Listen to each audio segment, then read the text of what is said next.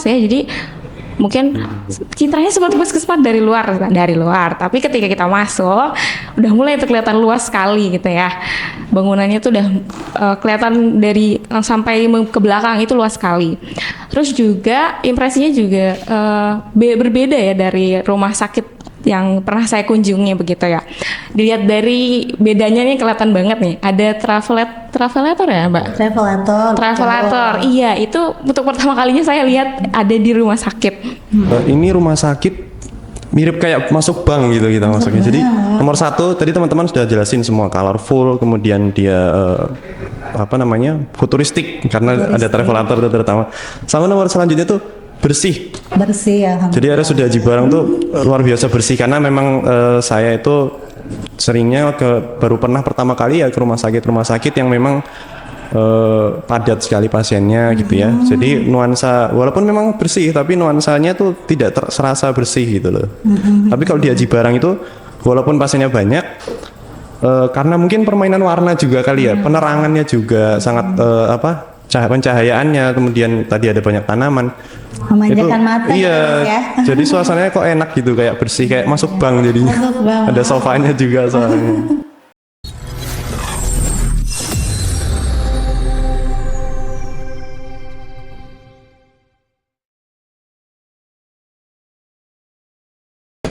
Assalamualaikum, selamat pagi teman-teman semuanya. Kembali lagi di Obsteria, obrolan seru dan ceria.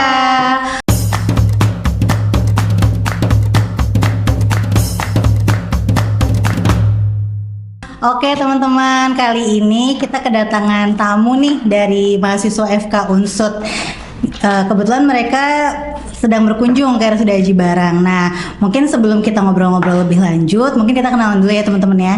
Mungkin dari mbaknya yang paling kanan, mbak siapa namanya, bisa sebutin namanya, semester berapa, terus mungkin asalnya dari mana. Oke, kenalin ya, nama saya Atika. Saya semasa mahasiswa Fakultas Kedokteran Universitas Jenderal Sudirman semester 7, asal saya dari Bekasi. Oke, sebelahnya lanjut. Oke, halo. Selanjutnya kenalin, aku Yufi, mahasiswa semester 7 Universitas Jenderal Sudirman, Fakultas Kedokteran juga. Nah, di sini aku dari Pati. Oke, next. Ya, kalau saya sendiri namanya Mustafa Ahmad Lutfi. Ini bukan anaknya Gubernur Jawa Tengah yang baru nyalon ya. Asalnya dari Yogyakarta, saya dari Jogja asli, dan kebetulan juga sama semester 7 juga seperti teman-teman. Gitu. Oke teman-teman udah kenal semua ya. Jadi ada Mbak Atika, ada Mbak Yufi dan Mas Lutfi ya. Oke, nah sekarang nih teman-teman kita mau ngobrol sama mereka karena kebetulan mereka sedang berkunjung ke RSUD Aji Barang ya. Nah kita mau tahu nih teman-teman kunjungannya ada ke RSUD Aji Barang dalam rangka apa? Mungkin bisa dijelaskan dari siapa, monggo? Oke, mungkin dari aku, dari saya sendiri, kalau kunjungan mahasiswa Unsud ini ke RSUD Aji Barang ini dalam rangka kita ini sedang menjalani blok 7.5 mengenai health entrepreneurship. Nah, di sini salah satu tugas dari fakultas gitu adalah kami untuk mengunjungi gitu rumah sakit atau puskesmas, di mana di sini tugas kami adalah untuk mengobservasi, melakukan wawancara dan juga mencari tahu gitu mengenai bagaimana manajemen dan juga entrepreneurship itu diterapkan dalam kesehatan, khususnya kalau di sini berarti di RSUD Aji Barang, seperti itu Mbak. Oke deh, terus mungkin ada yang lain yang mau nambahin? Nggak ada? Oke, Mas Ya, Lutfi, boleh. monggo. Ya sebenarnya benar seperti yang disebutkan Mbak Yufi bahwa memang kami di sini judulnya praktik lapangan. Praktik lapangan. Nah, praktik lapangan ini seringkali kan dipahami sebagai kegiatan kita ke suatu tempat, kemudian mungkin menganalisis masalah, kemudian kita secara teori mungkin menganalisis solusinya seperti apa, lalu dibuat laporan. Nah, tapi kalau kami sendiri itu kesini bukan cuma untuk membuat laporan saja. Jadi kami di sini juga harapannya ya tadi mau belajar, terutama dari narasumber-narasumber yang luar biasa sekali yang sudah kemarin benar-benar dengan dermawannya mau membagikan ilmunya kepada kami Masya semua. Allah, oke deh. Nah mungkin karena kan kebetulan Mas Lutfi, Mbak Yufi dan Mbak Atika ya sudah 3 hari nih teman-teman di RSUD Aji Barang. Mungkin bisa kasih kesan-kesannya terhadap RSUD Aji Barang. Apa yang kalian dapat, apa yang kalian impresinya itu gimana gitu ketika datang ke RSUD Aji Barang. Monggo siapa yang mau? Mbak Atika, silahkan. Ya, mungkin saya mau berbagi nih bagaimana sih impresi saya waktu pertama kali saya kunjungan ke RSUD Aji Barang. Jadi ini sebenarnya pertama kalinya ya saya ke RSUD Aji Barang. Jadi sebelumnya ini saya belum pernah nih. Nah, kesan pertamanya itu waktu ya sebagaimana pengunjung ya kami datang masuk melihat dulu nih bangunannya seperti apa dari luar itu mungkin karena dari awalnya di puskesmas ya jadi mungkin citranya seperti puskesmas dari luar tapi ketika kita masuk udah mulai itu kelihatan luas sekali gitu ya bangunannya tuh udah kelihatan dari sampai ke belakang itu luas sekali terus juga impresinya juga berbeda ya dari rumah sakit yang pernah saya kunjungi begitu ya. Dilihat dari bedanya nih kelihatan banget nih. Ada travelator ya, Mbak? Travelator. Iya, itu untuk pertama kalinya saya lihat ada di rumah sakit. Terutama yang kalau di sini RSUD Aji Barang kan tipe C ya. Itu kayak luar biasa gitu ya untuk tipe C sudah ada travelator. Oke. Iya. Terus juga ada ini masih di baru menginjakan kaki di depan nih udah ada travelator. Terus habis itu pas di depannya itu kelihatan sekali ada tempat duduknya dari pengunjung itu ada sofa. Jadi kayak sofa empuk gitu ya. Yang biasanya ada di ruang tamu rumah ini dibawa ke rumah sakit. Jadi itu kayak luar biasa sekali ya. Terus di situ jadi saya ada kesimpulan sendiri kayak Mas baru pertama kali ini kayaknya nih RSUD Aji Barang ini sangat customer oriented gitu ya kayak bener-bener servisnya tuh customer sekali bagaimana membuat customer pasien dan keluarga pasien ketika datang mengunjungi RSUD Aji Barang itu nyaman gitu ya. Mungkin ada Mbak Yufi lanjut impresinya apa nih ke RSUD Aji Barang? Ya, mungkin kalau dari saya kurang lebih sama karena pertama kali masuk itu juga melihat visualnya dulu gitu. Nah, kalau dari visualnya sendiri saya melihat pertama kali adalah selain elevator tadi transparator ya itu juga ruangannya itu colorful jadi berwarna mungkin kalau dari saya sendiri dari beberapa rumah sakit yang pernah mungkin sedikit rumah sakit yang saya kunjungi juga itu kurang lebih mungkin dari warna atau kesannya itu warnanya masih simple cuman kalau di RSUD Aji Barang ini colorful dan juga berwarna sekali kemudian ada hiasan-hiasan seperti tanaman kemudian bunga-bunga itu menunjukkan inovasi tersendiri dari RSUD Aji Barang ini gitu. Itu menurut saya salah satu hal yang perlu juga gitu ternyata ya karena untuk menunjang bagaimana kesembuhan dari pasien dan gimana pasien itu merasa nyaman untuk berada di rumah sakit ini seperti itu. Mungkin dari alhamdulillah ya impresinya bagus-bagus nih teman-teman. Selanjutnya Mas Lutfi impresinya gimana terhadap RSUD Aji Barang? Ya, kalau saya sebenarnya sama saja tapi nomor satu itu ini rumah sakit mirip kayak masuk bank gitu kita masuknya. Jadi nomor satu tadi teman-teman sudah jelasin semua colorful, kemudian dia futuristik karena ada travelator itu terutama. Sama nomor selanjutnya tuh bersih ya. Jadi RSUD Aji Barang tuh luar biasa bersih karena memang saya itu seringnya baru pernah pertama kali ya ke rumah sakit yang memang padat sekali pasiennya gitu ya. Jadi nuansa walaupun memang bersih tapi nuansanya tuh tidak serasa bersih gitu loh. Tapi kalau di Aji Barang itu walaupun pasiennya banyak karena mungkin permainan warna juga kali ya, penerangannya juga sangat pencahayaannya, kemudian tadi ada banyak tanaman. Memanjakan mata iya, gitu, ya. Jadi suasananya kok enak gitu kayak bersih kayak masuk bank jadinya.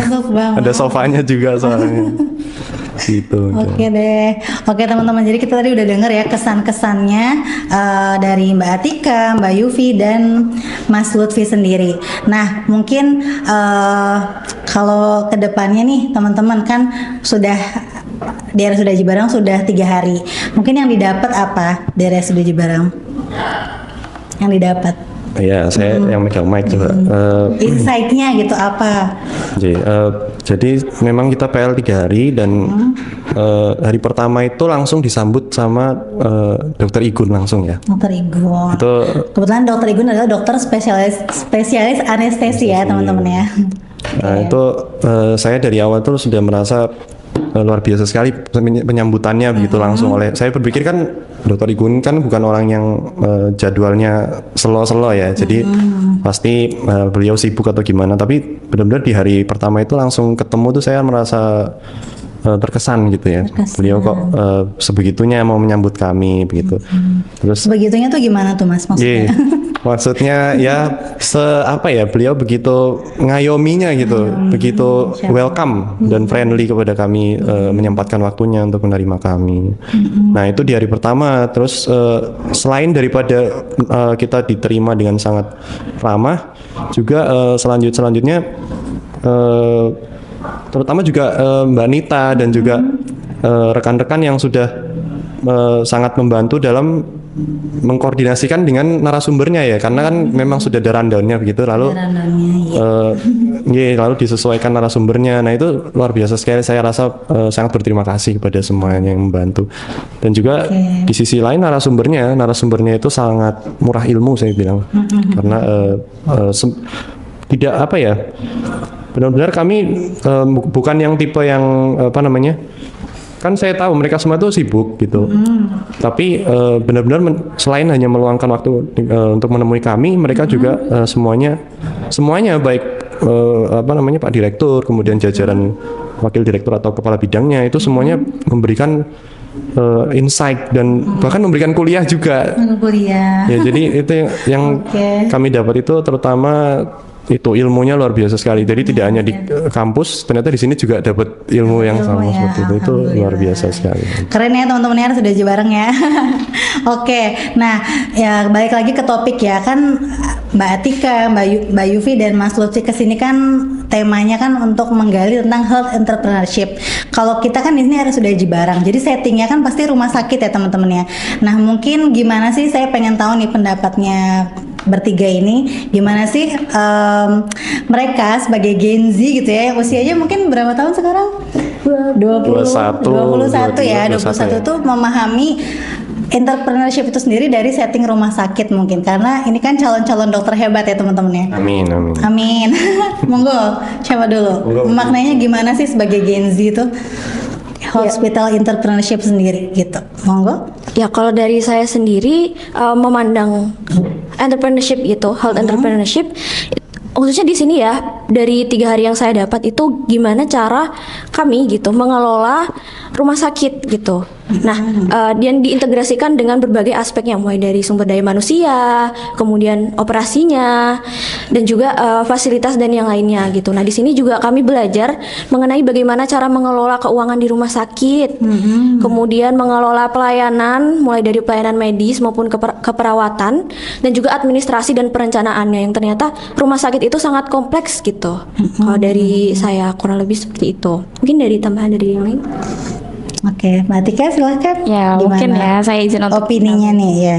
Opininya tentang health entrepreneurship. Jadi mungkin dari kalimatnya dulu ya. Namanya juga health entrepreneurship. Jadi entrepreneurship ini kan kewirausahaan, dan juga health itu berfokus ke kesehatan. Jadi kalau dari saya, entrepreneurship itu menurut saya ya, itu adalah creating values di masyarakat, atau kayak bagaimana caranya sebagai seorang entrepreneur atau pengusaha itu bagaimana kita membuat sebuah values, sebuah nilai di masyarakat. Jadi kita membawa sesuatu ke masyarakat untuk menyelesaikan masalah masyarakat.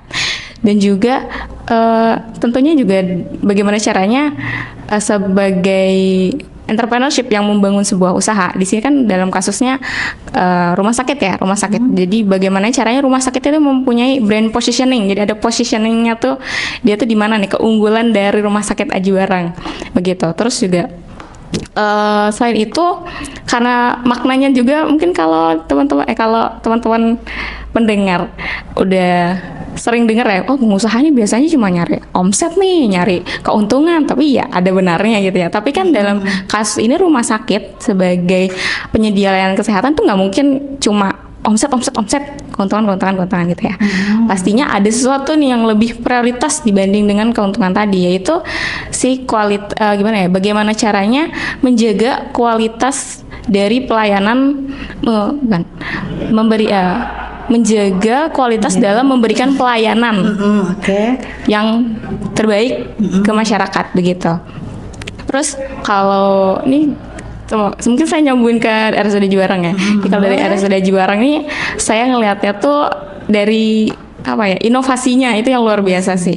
Inovasinya tuh gimana ya? Jadi kan kalau misalkan kita ngelihat suatu rumah sakit ini tuh keunggulannya ini, rumah sakit ini keunggulannya ini. Nah, kalau dari RSUD Jibarang ini keunggulannya kalau dari saya ya, ini inovasinya sih. Jadi tuh inovasinya tuh kayak ada aja, terus juga iya, terus kayak ada perubahan yang signifikan dari tahun sebelumnya ke tahun ini gitu. Terus kalau mungkin dari lanjut dulu Mbak Yufi, silakan, atau Mas Lutfi. Jadi saya sudah cukup. Oke. Nah, tapi saya mau nanya balik nih teman-teman ke Mbak Atika tadi ya, kan kayaknya impresinya ini banget ya, sama keren banget RSUD Jibarang, inovasinya banyak banget Mbak gitu ya, beragam. Nah, menurut Mbak Atika sendiri, dengan berinovasi itu susah atau enggak sih? Kita dituntut untuk berinovasi, misalnya kita dituntut nih untuk berinovasi. Kalau dari diri Mbak Atika sendiri memaknainya, misalnya Mbak Atika sebagai pegawai RSUD Jibarang gitu ya, memaknai hal itu gimana? Kalau misalnya kita diminta untuk berinovasi? Kalau misalkan if I were salah satu pegawainya ya, karena di sini nih yang saya lihat dari para stafnya, dari para pegawainya, beliau-beliau ini punya sense of belonging, atau apa tuh Mbak artinya? Biar penontonnya pada ngerti ya. Bahasa Inggris, sorry. Sense of belonging itu adalah perasaan memiliki rumah sakit RSUD Jibarang. Sebagaimana kalau kita merasa memiliki suatu barang, suatu ide ya, ibaratnya ide atau suatu tujuan, berarti kayak tujuan dari RSUD Jibarang itu seperti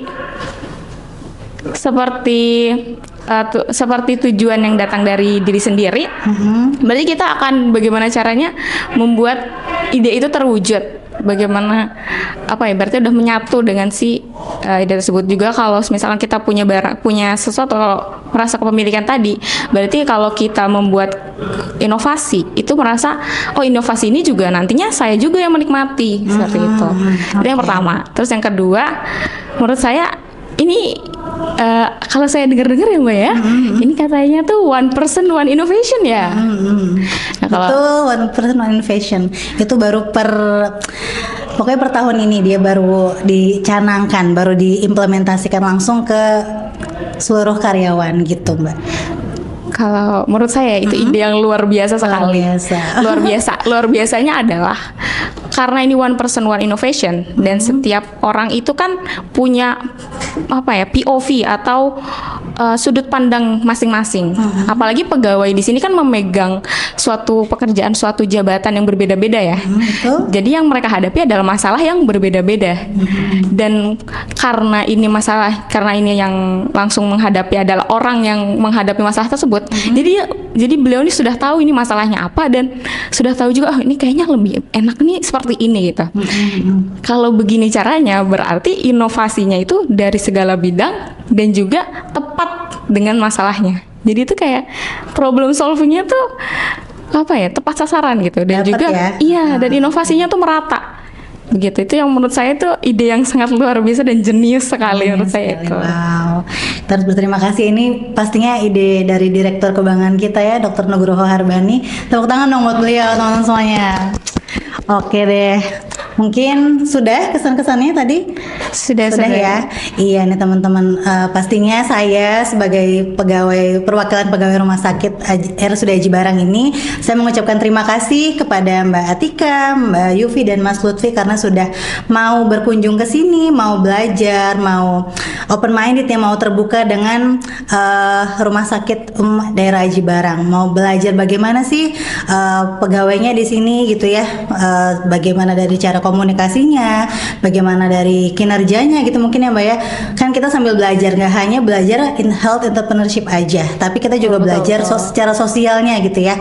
Tadi mungkin dari visualnya itu diperhatiin gitu ya, kenyamanan pasiennya juga diperhatiin gitu. Jadi banyak ya yang dipelajarin ya dari Aji Barang. Banyak. Gitu. Oke, mungkin untuk sesi dengan mahasiswa FK Unsut segitu saja teman-teman. Nanti kita sambung ke sesi selanjutnya di part 2. Oke, Assalamualaikum warahmatullahi wabarakatuh.